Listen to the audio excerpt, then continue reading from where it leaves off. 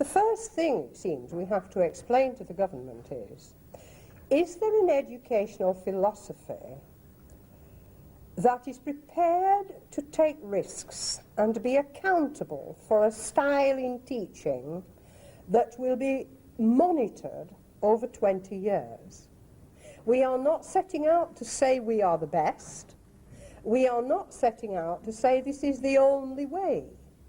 We are setting out to say, would you be prepared to go along and allow us to test these philosophical notions about a school as a culture, as a model for decent society, whatever this word decent means to us. Therefore, it seemed important that first we should discover what are the building blocks of this edifice, to use Dr. Fine's terms of building. What are the things that must be present for this to occur? The second possibility then has to be, if we believe these must be present in our model, how shall we train, educate, nurture those persons who will lead this work? It is learning how to make the building blocks build the dream that we are concerned with in our second question.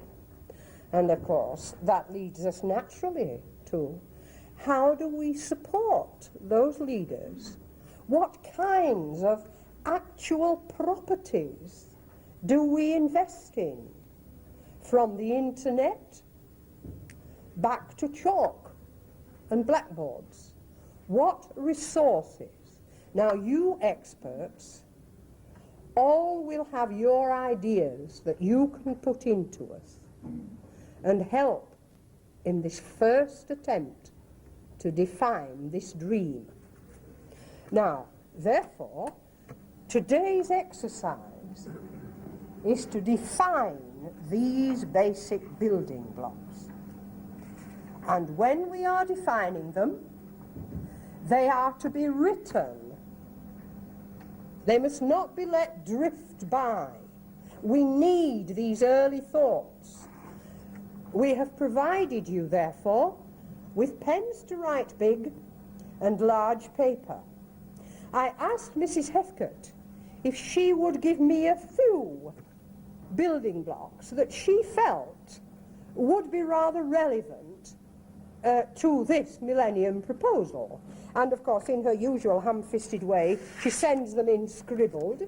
However, she has offered a few. I will simply flash them before your eyes at the moment, she won't mind, just to give you a hint of this. For example, she believes in planning with detail. If you do good to anyone, you must do it in minute particulars, she said. A particularization of what is required at any moment, she said. She believes very much in entering the student into the work through a corridor which at once limits and deepens the possibility, a frame of reference from which they will discover the learning they are about to undertake. Take away the pupil dependency, she said. I don't quite understand it, but that's what she said. She said, there are many kinds of talk that vary time. The now time, the contemplative time, supposing I wonder, and so on. And I only offer these, as you know. This is a strange one, the concept of banking. I didn't understand that she ever did anything about money. However, it seems to be to do with what a teacher keeps in their bank. And she actually said it could be reference notes, papers, resources, or their realizations that they must constantly deal with. The notion of banking rather appealed to us, of course. And then she started on about publishing.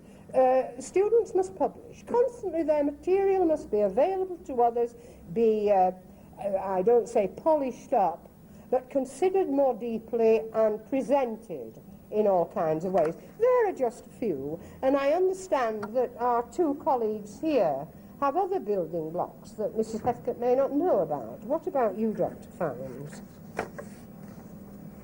I don't know whether it's a building block or not, but I wrote down really listening to children, trying hard to understand what they mean, making sure it plays a part in the developing learning.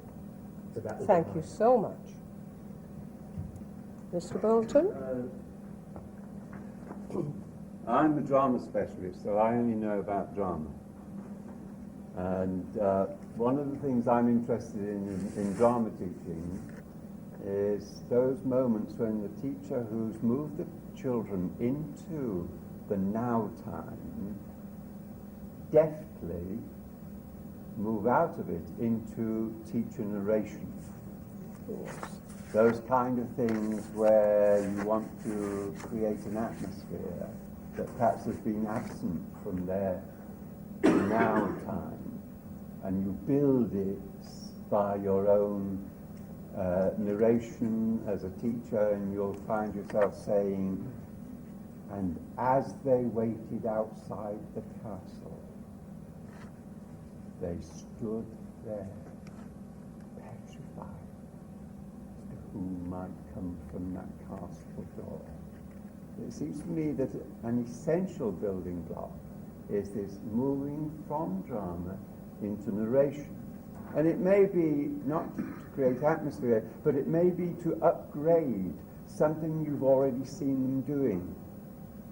And by mentioning it in your subsequent narration, you make what they have done suddenly important.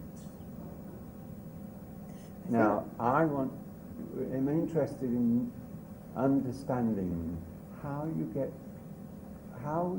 a teacher to know effectively the way of making what children do important. Mr. Bolton's narrative time would be an addition Mrs. Heathcote doesn't understand very well. She didn't put it on her list. So along with now time, contemplative time and so on, narrative time would very, very well fit there when we come to consider teachers learning their skills.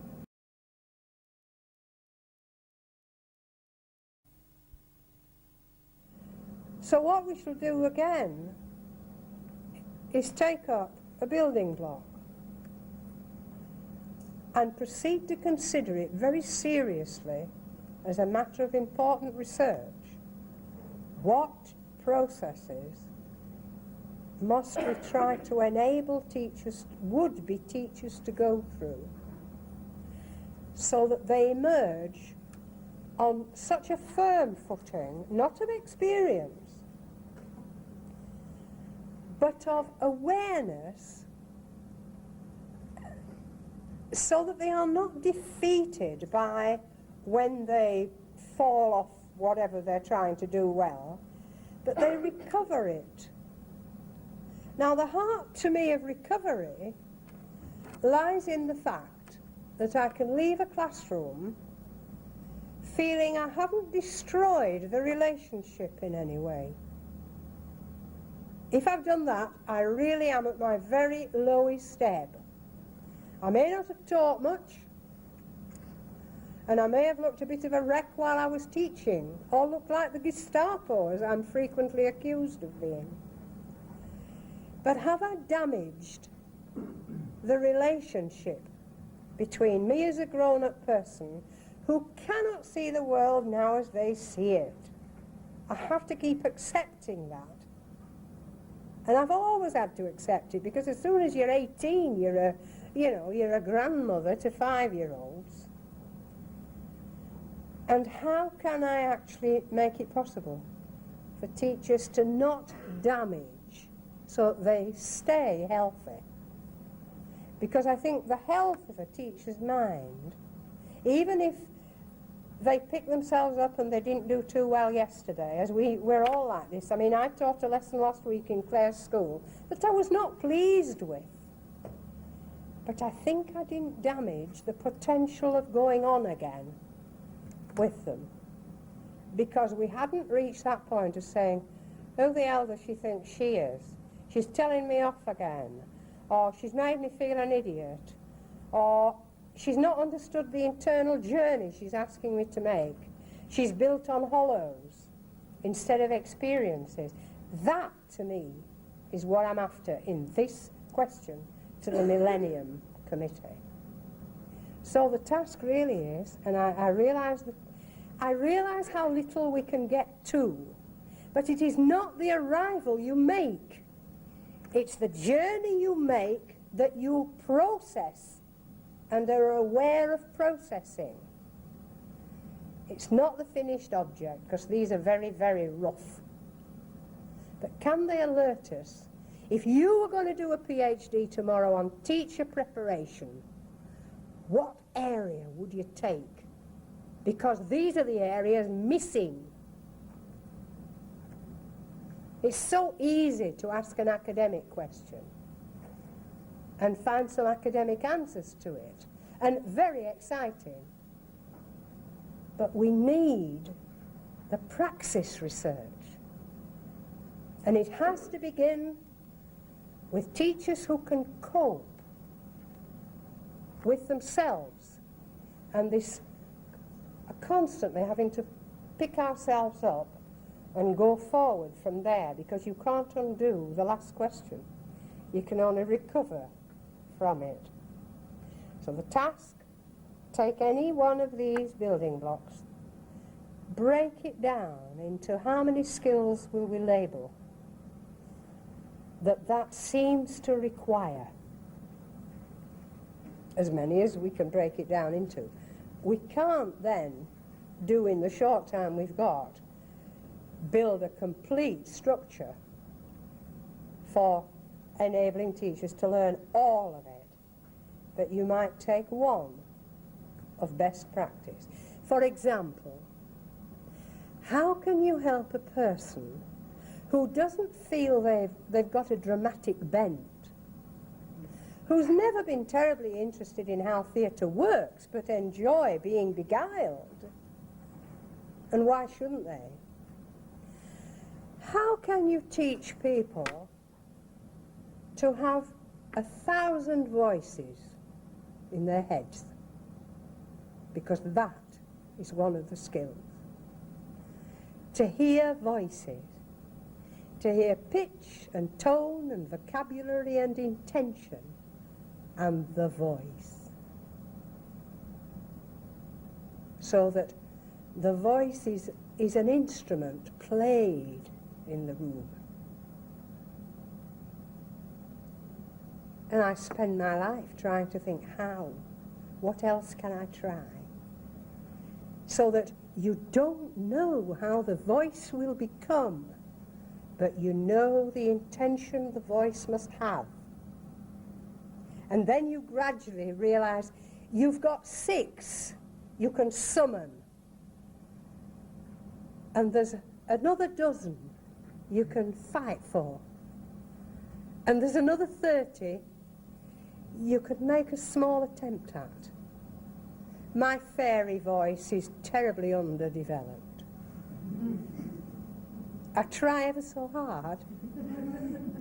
I really could, you know, if I can't quite. Though I have been a little red elf once in North Carolina, totally convincingly, because the children were kind. I think that's my top moment on Little Elves. You can see why, of course. Anyway, shall we go at this? We are not making plays. We are planning research, because we're labelling what needs looking into. Okay.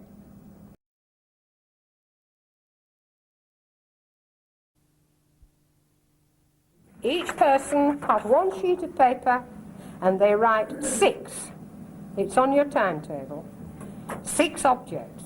And when I say objects, you know what I've just been talking about. Meaningful possibilities is what we're talking about. And the thrilling thing will be, according to your bent and your interests and what you feel at home with, you'll all have different kinds of generic sorts of things, you know, seminal things. And some people might just like wigs. Well, I don't want one, but you can have your wigs if you know what they do. I mean, you could make a good bonfire with a wig. So when you look at this first exercise, 6 things I feel, given those 6 kinds of things, I could manage to get a good start from. Now, I have deliberately not written my 6 because I've got to invent the wheel every day, me. I know chalk, a rubber and a blackboard will serve me when I have nothing else except what I stand up in. That I cannot survive without. And don't give me those boards and don't give me paper. I don't want it. I want a blackboard. Teaching for Volkswagen, they had to go to East Germany to get me a blackboard. Because people have thrown out one of the finest symbolic tools. I know I need some cloths. And I don't need a lot. I do need them that don't need care and attention. I don't have to be ironing linen all the time. And these few cloths must have colour, strong colour. I can make a royal thing, I can do an Easter altar, you know, a strong colour. And I don't want veils and gewgaws, but cloths. Cloths will make me the map of Edinburgh, cloths will cover a table, cloths make significance. I don't want cloths for clothes, just cloths for setting a mood. I know I need thick felt pens because I need to distribute my blackboard, and I haven't found a way of getting slates that write like the, you know, without squawking and squeaking like the old ones. And so I do know I need paper. Not this public stuff here, but rolls of cheap wallpaper collected from parents or whatever. Just a lot of community paper. So I've given you, I think I've given you 4. I know I need something to be tool, weapon, distancer, measuring thing. So I need 1 or 2 broomsticks. I don't mean witches. However, a good staff will take you in any period. You can beg with it, you can wheel it as a wheelbarrow. There is no end to what you can do with it. Because we are looking into the shapes and forms, not into naming things.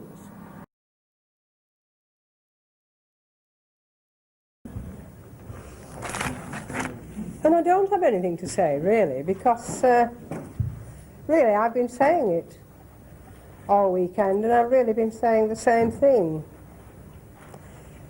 That it's a total muddle trying to get anybody to learn anything.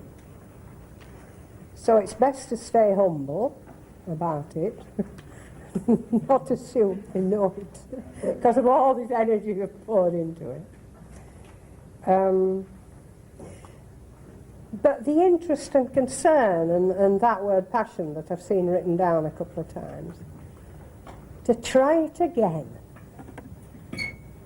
to have another go at it, seems to me well worthy of being looked into.